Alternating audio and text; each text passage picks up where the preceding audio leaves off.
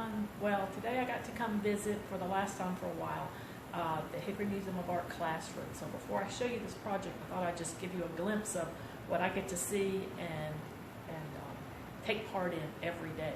So let me give you a look around.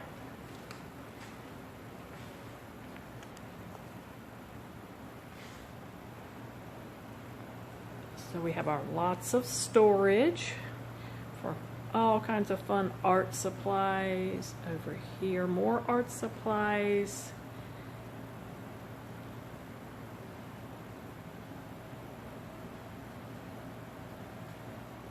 Back in the corner, we have all our recyclables.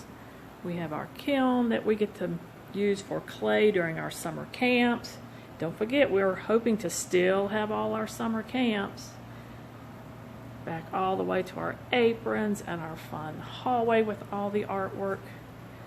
So that's what we get to deal with every day. It's a lot of fun.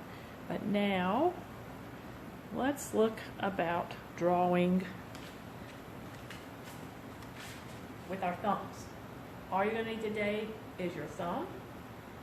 If you have an ink pad, a stamp pad, that's good. If not, you can color your thumb with a washable marker, or you can use paint and maybe a Sharpie or a marker or an ink pen.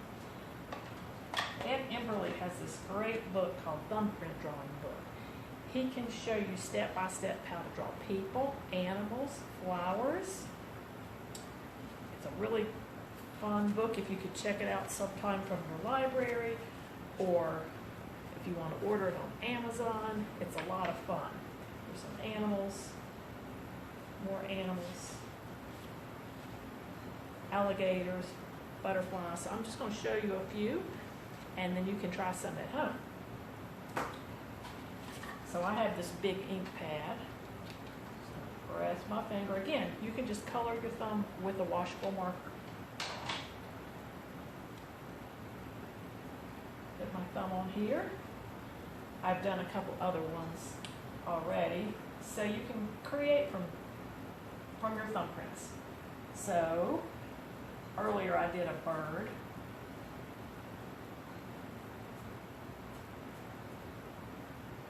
We'll slide this a little closer. You might not see me, but you can see the pictures a little bit better.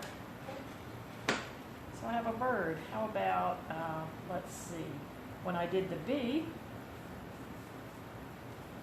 there's the stinger, maybe some wings on that bee,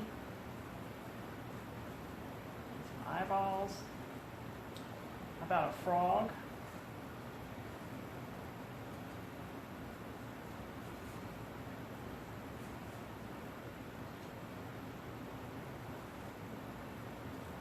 So you can see that you can create all kinds of animals just with your thumb. Flowers, Easter bunny.